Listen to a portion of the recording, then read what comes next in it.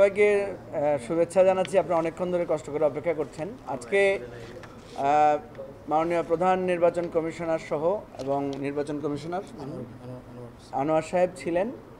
আমরা অনেক লম্বা আলোচনা হয়েছে আমরা একটা 9 দফা আমাদের প্রস্তাবনা ওনাদের কাছে আনুষ্ঠানিকভাবে হস্তান্তর করেছি।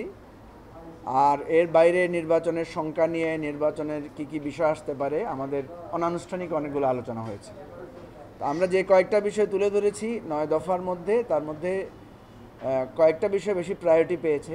একটা হচ্ছে যে আমরা মনে করছি যে আমাদের যে আইনশৃঙ্খলা পরিস্থিতি আছে, এই আইনশৃঙ্খলা পরিস্থিতিটা আমাদের আইনশৃঙ্খলার দায়িত্বে নিয়োজিত পুলিশ, আর্মি, তারপর আনসার যারা আছেন, আমাদের আশঙ্কা যে তারা সঠিকভাবে সেটা নিয়ন্ত্রণ করতে নাও পারতে পারেন।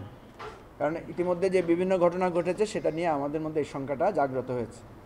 ফলে আমরা একটা প্রস্তাব দিয়েছি ওনাদেরকে যে যারা ভোটার নয়, এরকম তরুণ ছাত্র যারা আছে, বিশেষ করে স্কুল স্টুডেন্ট যারা আছে, তাদেরকে এক ধরনের কেন্দ্রভিত্তিক স্বেচ্ছাসেবক নির্বাচন কমিশন নিয়োগ করতে পারে কি না। কারণ আমাদের এক্সপেরিয়েন্স হচ্ছে নিরাপদ সড়ক আন্দোলনে কিশোর ছাত্ররা যখন স্বেচ্ছাসেবীর ভূমিকায় ছিলেন, ইভেন আমরা এবারও দেখেছি যে মাইলস্টোন কলেজের ঘটনার পরে আমরা যখন ওই বার্ন ইউনিটে গিয়েছি তখন দেখেছি যে সেখানে ছাত্ররা টোটাল সিচুয়েশনটাকে সুন্দরভাবে হ্যান্ডেল করেছেন, মানে অ্যাম্বুলেন্স আসা যাওয়া, রোগীদের রক্তদান সহ সব কিছুতে, যেটা পুলিশের পক্ষে হয়তো সেভাবে সুন্দর করে করা সম্ভব হতো না।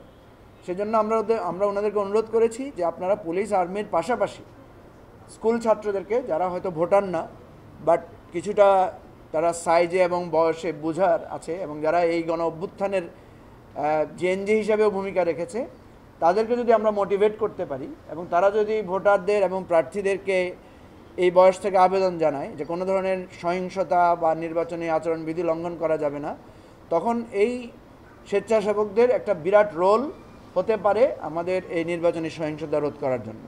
মাননীয় সিওসি মহোদয় আমাদেরকে এটাতে খুব অ্যাপ্রিসিয়েট করেছেন। উনি বলেছেন আমরা এই ধরনের চিন্তা করেছিলাম, কিন্তু আপনারা যেভাবে স্কুল ছাত্রদেরকে এঙ্গেজ করার কথা বলেছেন এটা আমরা ভাবি নাই। এটা খুবই ভালো আইডিয়া। আমরা বলেছি যারা ভোটার না বাট হয়তো 1-2 বছরের ছোট আছে, 16-17 1 বছরের জন্য হয়তো ভোটার হতে পারে নাই, এই ধরনের ছাত্রদেরকে আমরা এখানে ইনভলভ করতে পারি, ছাত্রীদেরকে সহ। প্রবাসী ভোটার